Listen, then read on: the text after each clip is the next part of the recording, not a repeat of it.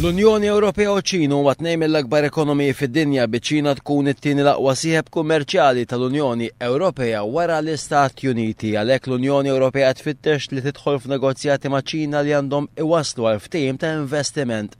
Matul laqgħa f'Lussemburgu l-Ministri tal-Kummerċ tal-Unjoni Ewropea, inkluż Malta, taw mandat il-Kummissjoni Ewropea tinnegozja dan il-ftehim fi 28 stat membru tal-Unjoni Ewropea. Il-Ministru għall-Ekonomija Chris Cardona li pparteċipa f'din il-laqa qal li din l-inizjattiva għandha twassal biex tkun ikkonsolidata r-relazzjoni ekonomika maċ-Ċina li minna ser jibbenefikaw iż-żewġ partijiet b'aktar investiment u ħolqien taktar opportunitajiet ta' xogħol. Il-mandat li tajna lill-Kummissjoni Ewropea għandu sinifikat doppju għal pajjiżna għaliex jikkonferma kemm il-Gvern Malti miexi fid-direzzjoni tajba meta qed isaħħaħ relazzjonijiet inkluż dawk ekonomiċi maċ-Ċina li għandu ovvjament tin l-akbar ekonomija fid-dinja.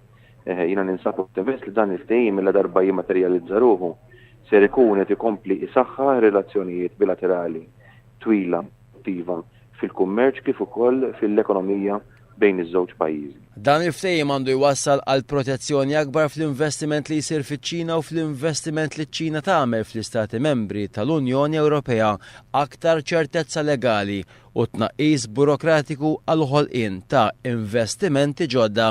Lan huwa li dawn in-negozjati li se tkun qed tmexxi l-Kummissjoni Ewropea ikunu finalizzati sa mhux aktar tard minn sentejn u nofs wara li jkunu bdew.